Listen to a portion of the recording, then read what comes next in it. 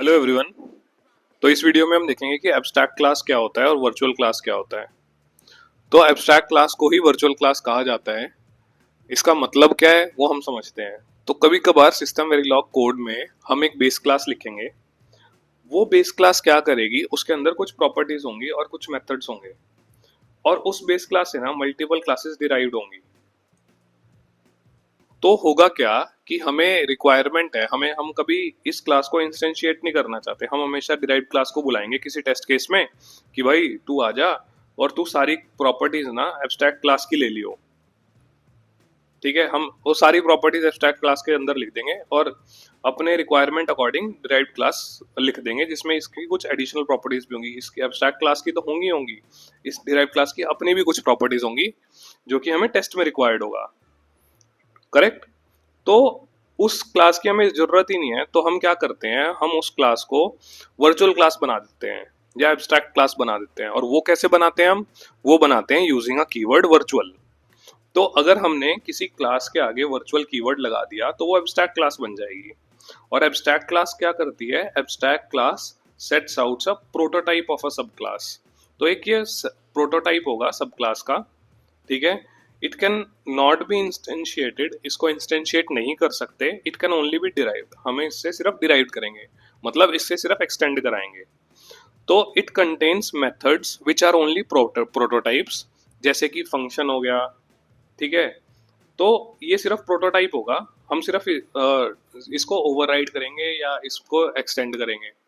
ठीक है, no implementation is there, just declaration होगी। तो इसके अंदर कुछ प्रॉपर्टी लिखी होगी या फंक्शन, कोई भी फंक्शन लिखा होगा और वो खाली फंक्शन होगा। ठीक है, तो वो होगी एब्स्ट्रैक्ट क्लास या वर्चुअल क्लास। अब इसका एग्जांपल के थ्रू देखते हैं कि कैसे इसको लिखा जाता है।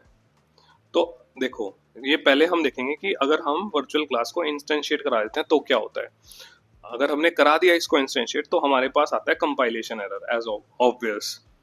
ठीक है, तो अब क्या होगा, वर्चुअल क्लास लिखी, पैकेट लिखा, एंड क्लास कर दिया। पैकेट इसके अंदर क्या लिखा, एक प्रॉपर्टी लिख दी एड्रेस। अब लिखा हमने मॉड्यूल वर्चुअल क्लास और एंड मॉड्यूल कर दिया, इनिशियल बिगिन किया और लिख दिया पैकेट पी। इस क्लास को इंस्टेंशिएट कर दिया। अब क्या है कि हम वर्चुअल क्लास को इंस्टेंशिएट तो करा ही नहीं सकते, it can only be derived. तो ये कह रहा है कि instantiation of the object P can not be done because it's a type packet is an abstract class. Its type packet is an abstract class. Perhaps there is a derived class that should be used. ठीक है, तो हमने क्या काम किया, हमने एक derived class लिखी। एब्स्ट्रैक्ट वर्चुअल क्लास ये थी एब्स्ट्रैक्ट क्लास। अब हमने क्या किया, क्लास एक्सटेंड्स पैकेट। अब हमने क्या काम किया, ये जो एड्रेस था इसको यहाँ पे बुला लिया। अब एक्सटेंड करते ही इसकी सारी प्रॉपर्टीज इसके अंदर आ जाएंगी, तो प्रॉपर्टी सीधा डायरेक्ट इसको पैकेट डॉट पी कर पैकेट डॉट एड्रेस करने की जरूरत नहीं है, सीधा एक्सटेंड करके इसके अंदर एड्रेस आ जाएगा और सीधा एड्रेस को कर लेंगे हम कॉल।